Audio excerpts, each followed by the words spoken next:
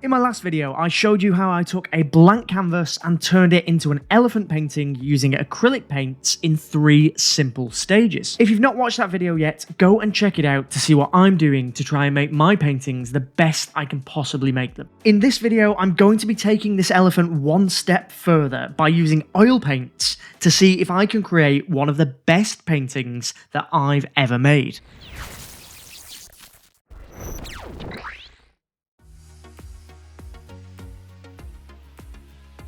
I'm starting this oil layer with the background, the furthest part of the painting. I want it quite moody, but also quite simple. So there isn't that much contrast between the colours that I'm using. I'm just adding a touch of orange to really push the blue of the sky in some places. And that is just trying to add the impression of light coming through those clouds. As I'm moving down the painting, I want everything to get a little bit warmer. So I'm using more orange and brown colours. All of the colours that I'm using are actually pretty desaturated and look kind of grey by themselves. But when you put them next to the contrasting colour on the canvas, you can really see the differences in colour.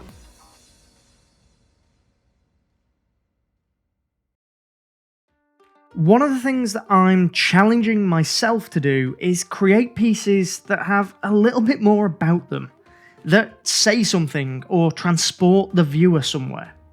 And that's exactly what I'm hoping to achieve with this piece. I don't want it to be just a nice painting of an elephant. I want this piece to be powerful and almost wrap around you as you look at it. I want you to feel like you're there, and I want to create an emotional connection. Basically, I want people looking at my paintings to be literally awestruck. And I know I'm a long way off, and I might be setting the bar a little bit too high, but this is something that I've been thinking a lot about lately.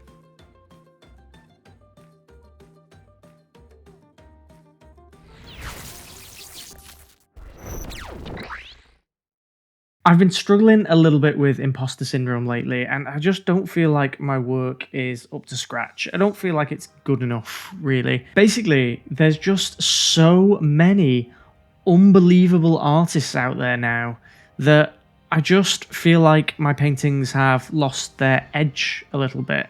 So I'm trying to push myself out of my comfort zone and try to create slightly more dynamic paintings that say something a little bit more, just to try and stand out, basically. Which is why I have decided to create this painting in oils over acrylics, because it's not something that I usually do. I either normally paint in acrylics. If you've watched my videos, you'll know that's my main medium. And then when I do rarely paint with oils, I will usually just use oils by themselves. But I thought I would combine the mediums for this piece to try and create something that really does stand out.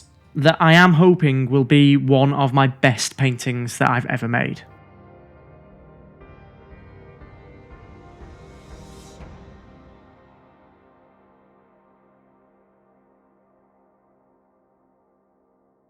I am very slowly getting there with this painting. I want the head and I want this leg to be pushed forwards.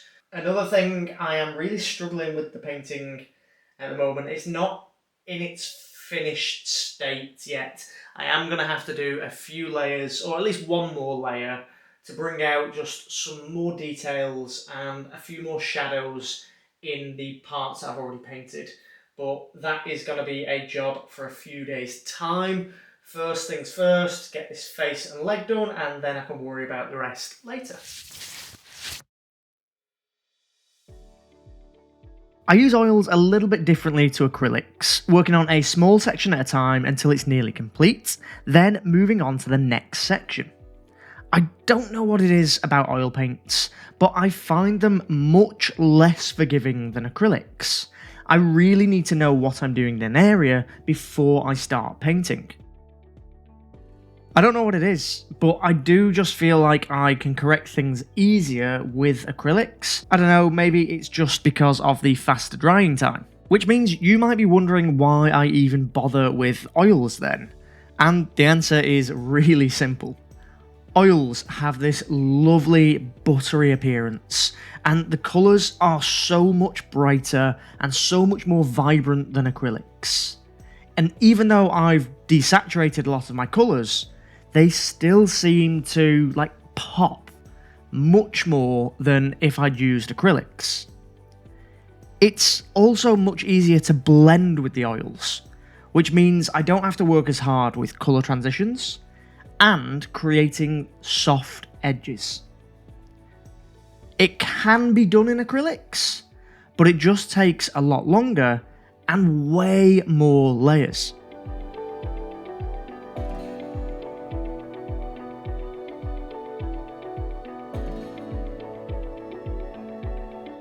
Even though this is one of the first times I've tried oils over acrylics, I know this technique works as long as you follow a few easy rules. Firstly, keep your initial acrylic layers quite thin and wash-like. You want to add your oils onto a rigid surface and not onto thick, flexible impasto acrylic lumps. 2. Follow the fat over lean principle just as you would with any oil painting, so more oil the later layers. And then never, ever try to put acrylics over the top of the oils. It will just prevent your oil paints from drying, which could eventually result in your painting being ruined, because all that paint can still move around. I would have liked to have finished this oil layer in one sitting ideally, or one layer, but unfortunately there's a few more bits that I need to tweak, some glazes that I need to do, but I've now got to let this piece dry, so that's going to be for another day.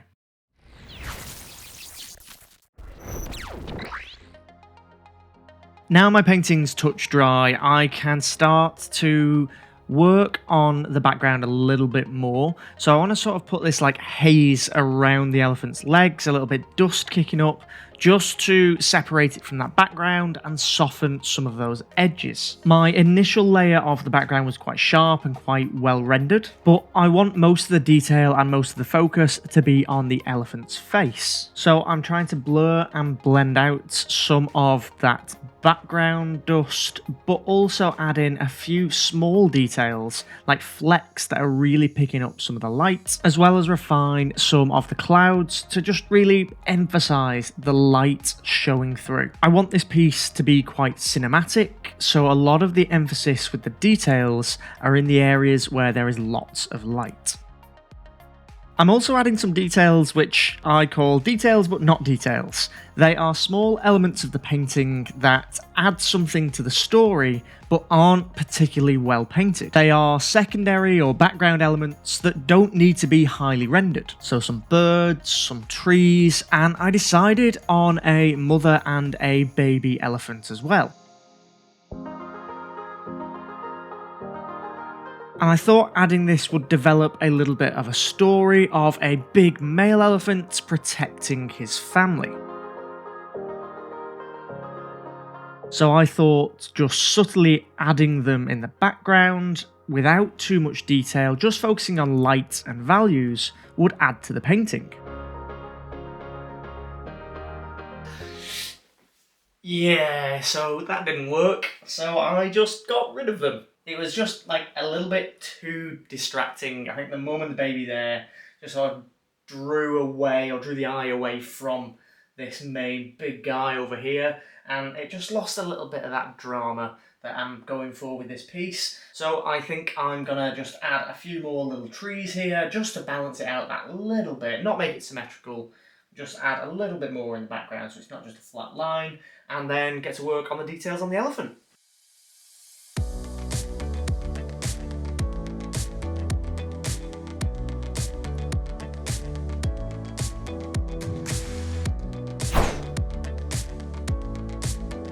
This is my absolute favourite part of my painting process, and it's the part that really adds so much depth and just new dimension to the painting. It's the part where I can bring out the tiny brush and really get stuck into those details. It's actually quite a simple process, and it's a sort of skill that I've picked up from painting with acrylics.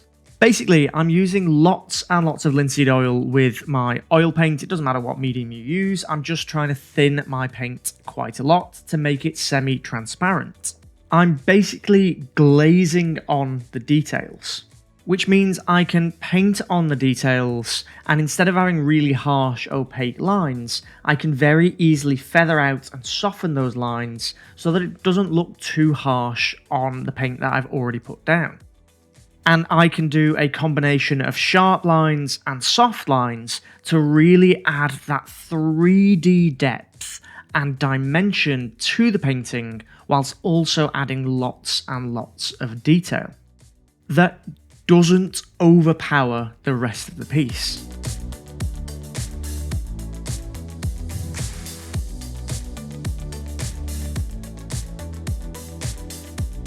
It's a time-consuming process. It involves lots of adding paint, lots of blending paint, adding more paint, taking paint away, but it is totally worth it. The way that it makes this elephant pop off that canvas has just made this painting, I think, potentially one of the best paintings I've ever created. But we're not finished yet. There's still a little bit more to do.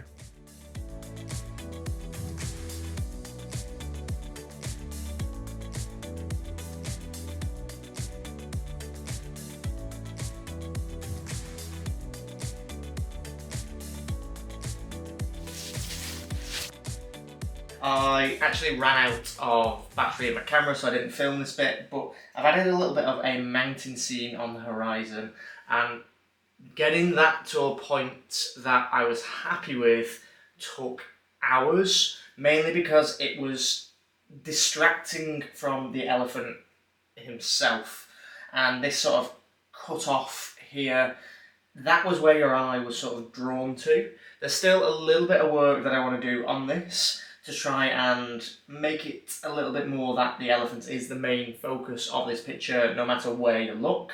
But yeah, I'm a little bit happy with that horizon, but still got a little bit to do. Let's get cracking, and hopefully I can finish this elephant today.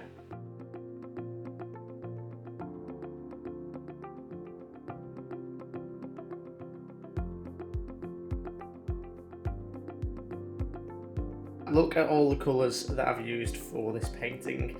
I had my original set mixed up some more, and then I've made loads and loads of intermediate colours using them and some base colours throughout this entire painting. So it's not just like paint by numbers. I don't just stick to the colours that I mix at the beginning. I do mix along the way as well, but yeah, I just thought I'd show you that. I still think I need a little bit more practice using oils over acrylics. There's still a few technical skills that I would like to learn, but this is a method that I am going to be using a lot more in my artwork. I genuinely do believe that I have unlocked a new skill in the creation of this painting, and it's definitely something I want to continue to experiment with in the future. I guess the only thing left to do now is show you the finished painting. If you've enjoyed the video, please do let me know in the comments. It is a massive help, and I appreciate everyone that watches my videos.